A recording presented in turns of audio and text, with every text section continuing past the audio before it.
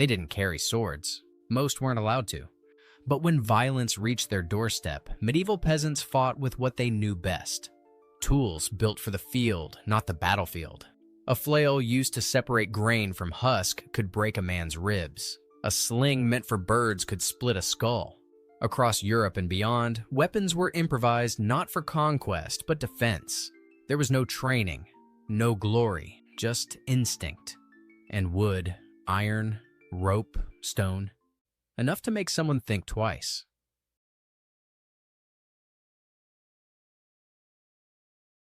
Threshing flails.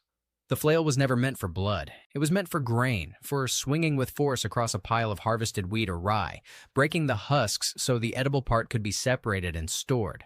But its design was too perfect to stay in the fields forever. A wooden handle, often chest high, connected to a shorter, heavier striking stick by a length of leather or rope. It moved like a whip, but with the mass of a club. In trained hands, or simply desperate ones, it could bypass shields, wrap around helmets, and crush through fabric, bone, or armor made of little more than stitched padding. In parts of Central and Eastern Europe, the flail became more than an agricultural tool. During peasant revolts, like the German Peasants' War in the 16th century, it was one of the most feared weapons in civilian hands. Not because it looked dangerous, but because it could be swung in tight spaces with irregular rhythm. It was chaotic, unpredictable, and no one taught you how to block it. Variants appeared elsewhere. In Poland and Hungary, flails were reinforced with iron bands or nails for added weight and damage. In rural China, similar jointed farming tools became the inspiration for the nunchaku. What made it deadly wasn't just the force, it was the intent. A farmer who had used a flail since childhood knew exactly how to control its momentum. He knew how to feint, how to rotate his wrist for more reach, how to strike low where no helmet protected. In the chaos of a village raid, when a sword was a luxury and a shield a rumor, the flail was what stood between a household and loss. And it was never alone. Slings and stones. The sling was a poor man's weapon. No blade, no steel, just a strip of leather or cloth and a stone shaped by the river or the road. But in skilled hands, it was faster than a bow, quieter than a dog, and deadly enough to bring down more than game. Across the medieval world, slings were used not as tools of war, but as tools of life. Shepherds in Spain, the Balkans, and North Africa used them to frighten wolves away from their flocks. Boys in Palestine were trained to hunt birds with them before they could read.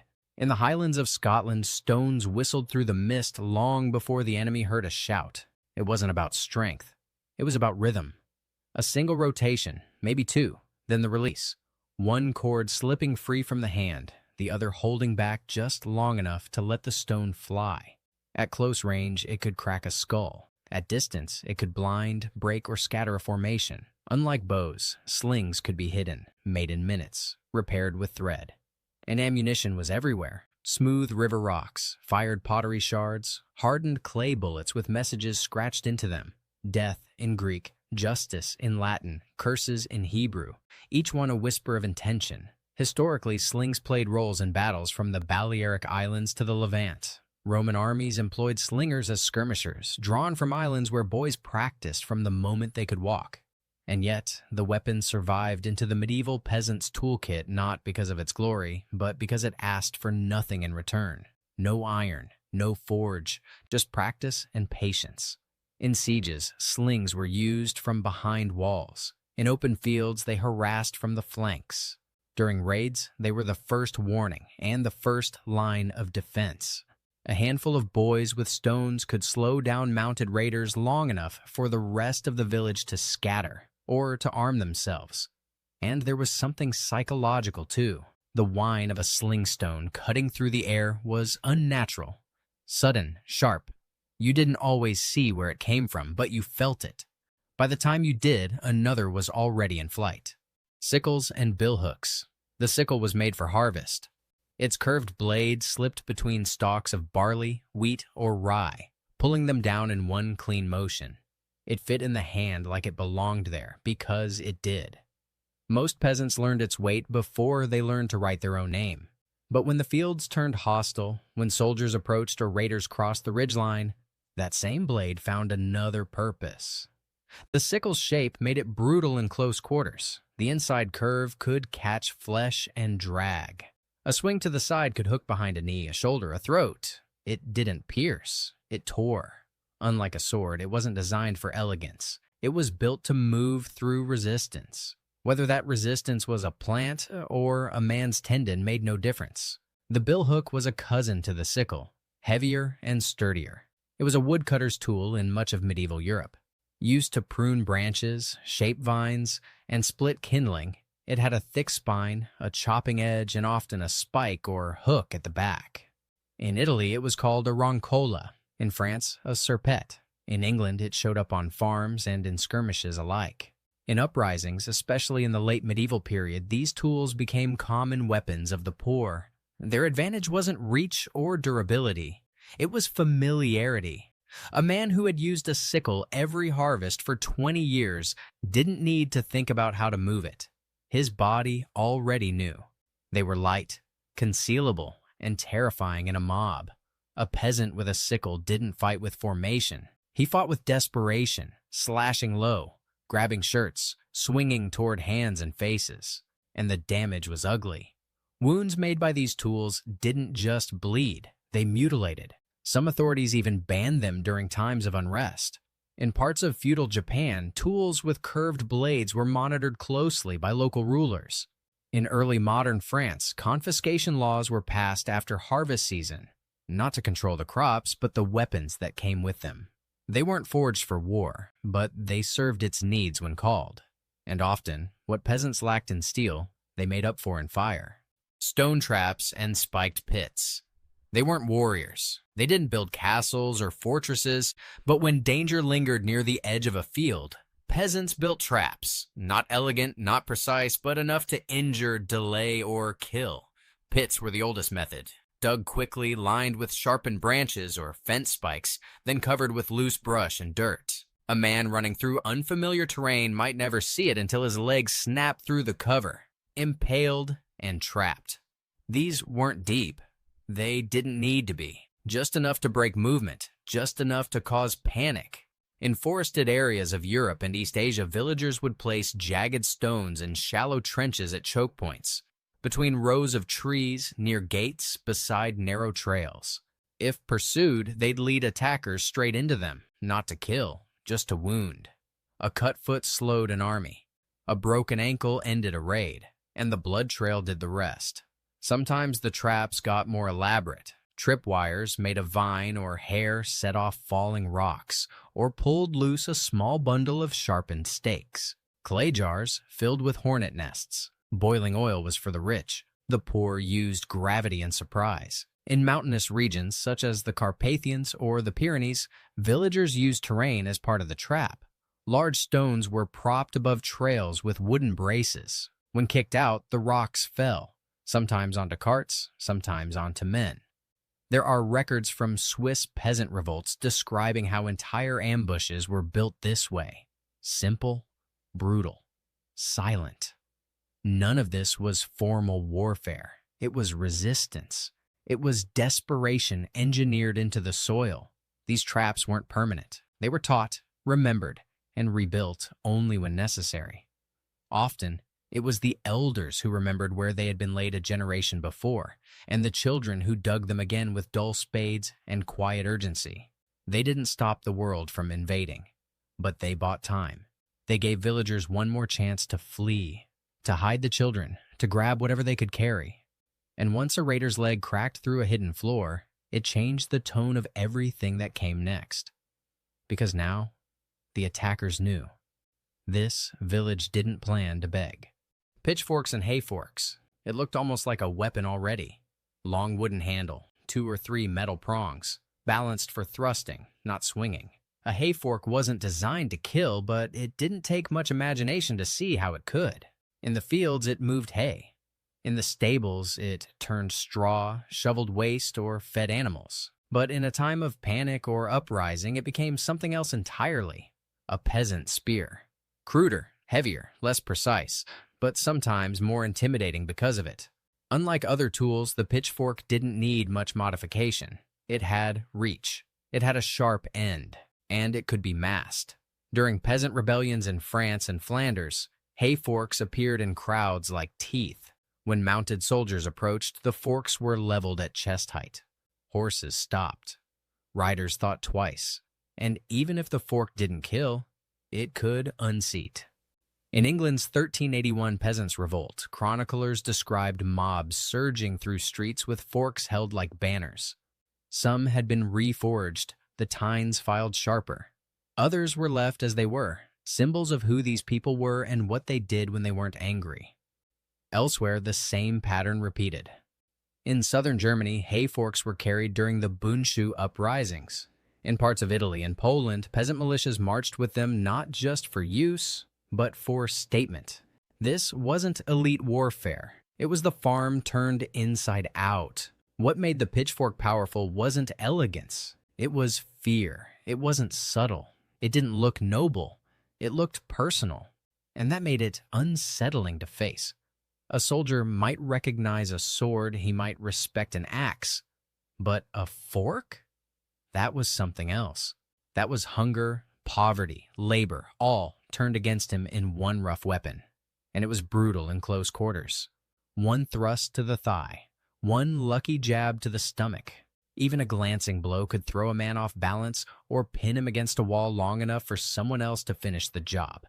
It was clumsy, inefficient. But it didn't need to be perfect, because once the first fork moved, others followed. And no shield was wide enough to block a field full of fury. Some tools were sharpened, others just needed to be raised. Wooden mallets and mauls. Some weapons make noise before they strike. A sword rings when drawn. A bow hums with tension. But a wooden mallet says nothing. It moves through the air with silence and lands like thunder. In the medieval world, wooden mallets and mauls weren't weapons. They were tools of construction, used to drive stakes, split firewood, pack earth. Often head-heavy and short-handled, they were made from dense hardwoods like oak or ash, a tool for carpenters, builders, and charcoal burners. But in moments of violence, they became instruments of blunt force trauma. One swing to the collarbone could drop a man. A downward strike to the crown split skin and bone. Even padded armor was little help. The force wasn't sharp, but it was massive. And there was something primal about it. No finesse, no technique, just weight and will. In some regions, peasants reinforced their mallets with iron bands, not to sharpen them, but to keep them from cracking. These were tools meant to last, and when pressed into violence, they often outlasted the fight. During uprisings and spontaneous village defenses, mallets served as weapons of last resort, or first response. A carpenter might grab his with one hand while reaching for a roofing nail with the other. There was no pause. The transformation from builder to fighter was instant. In Ireland and Wales, oral tradition includes stories of men driving off invaders with mallets kept near the hearth. In Eastern Europe, mauls used to split frozen firewood were also kept near doorways during unstable winters. Not for chopping, for warning. They were also easy to make. A thick log, a sharpened branch for a handle, a fire to dry the wood. In less than a day, any able-bodied villager could craft something capable of shattering bone. And because they weren't sharpened or forged, they weren't always considered weapons by local authorities, until it was too late. There's a reason many medieval laws didn't ban them. No one feared the builder, but when the builder swung with purpose, everything changed. And sometimes what was in your hands didn't matter as much as how hard you were willing to hold it. Spades, shovels, and hoes. They were the most ordinary tools in the village, leaning against walls, stuck into compost heaps, buried in soil. No one feared a shovel, no one respected a hoe. But in the hands of a tired, cornered peasant, they were more than tools. They were leverage. Spades were designed for digging. Wide metal heads, slightly curved, set into thick wooden shafts. They turned the earth, broke apart roots, and carved graves in frozen ground. But angled just right, they became something else entirely. A chopping weapon, a battering edge, a wedge of iron slammed with both hands. Shovels were heavier, slower. But a full swing to the ribs could knock someone breathless. A quick upward strike to the chin could end a fight. And in close quarters, their length gave reach where fists failed. They didn't cut, not cleanly. But they bruised deep, cracked ribs, drove people back. Hoes were stranger still.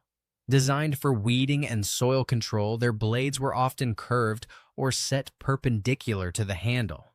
In combat, that shape made them unpredictable. You couldn't easily block one. You didn't know which direction it would turn in a swing. Some peasants sharpened them slightly. Others left them dull, relying on weight and impact. These tools were almost never used alone. In a confrontation, whether a raid, a tax collection turned violent, or a local feud, they were part of the mix. A farmer swinging a hoe beside a butcher with a cleaver. A field hand gripping a spade while a blacksmith brandished tongs. The chaos was part of the weaponry. Records from German and Swiss peasant uprisings show these tools being listed in inventories, not as weapons, but as objects of intent. Authorities knew what they were capable of. They just didn't know who would use them or when. And perhaps that's what made them dangerous. They were everywhere. They couldn't be banned. And they required no preparation. If a fight broke out in the street, they were already in someone's hand. If soldiers came into the village, they were pulled from soil, already dirty, already heavy with purpose. Some weapons are forged. Others are simply waiting to be used. And some, like the ones left by the door, don't need edges to leave a mark. Shepherds, crooks, and staffs. There was nothing sharp about it. No blade, no spike, just a long stick, curved at the end. A shepherd's crook wasn't made to harm, it was made to guide. But guiding doesn't always mean gently. In the hills and pastures of medieval Europe, Asia, and North Africa, the crook was an extension of the body.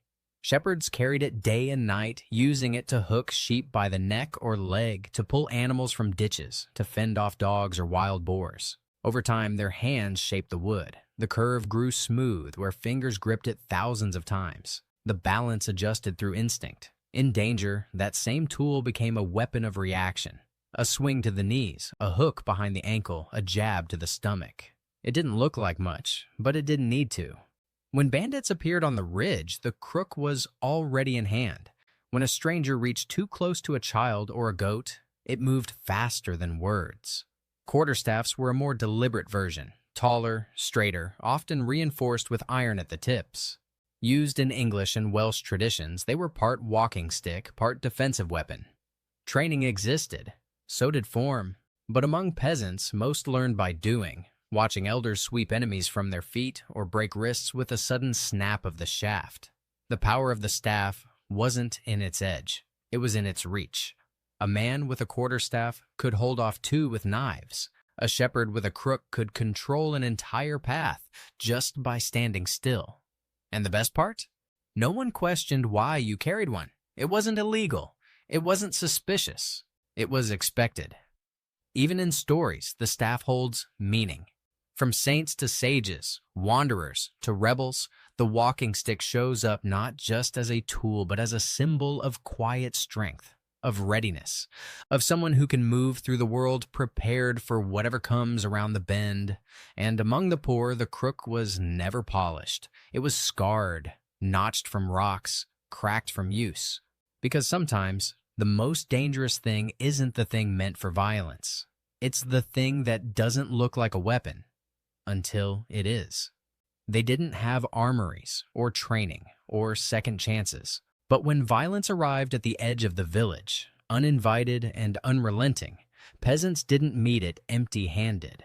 They met it with what they knew. A flail swung with the rhythm of harvest. A stone released from memory and instinct. A pitchfork sharpened more by hunger than by iron. None of it elegant, none of it glorified. But all of it enough, sometimes barely, to defend a home, a child, a field that had taken months to coax into life. These weren't weapons of war. They were tools of survival, repurposed by necessity, anger, and fear. And in their own way, they left marks deeper than any sword, because they reminded the world of something uncomfortable, that you don't need a title to fight, you don't need armor to resist. You just need something to hold and a reason not to let go.